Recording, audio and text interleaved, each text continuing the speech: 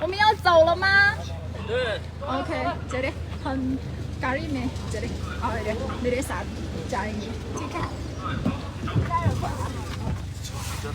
OK， हम मैं तो गाड़ी में आ गई हूँ.这是什么？我还说。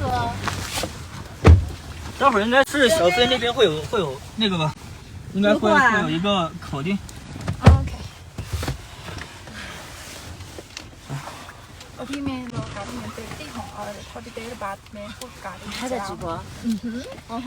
下雪了，看的人多吗？想起来500多。啊，不错啊。अब्ताबाद अच्छा शहजाद साहब मैं तो 1 दफा के लिए अब्ताबाद गई हूँ। 啊？按错了啊！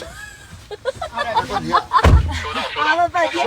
अब देखें हमारी ये टीम है, टीम मेंबर है, ये हमारी साथी है, वो गाड़ी चला 收到。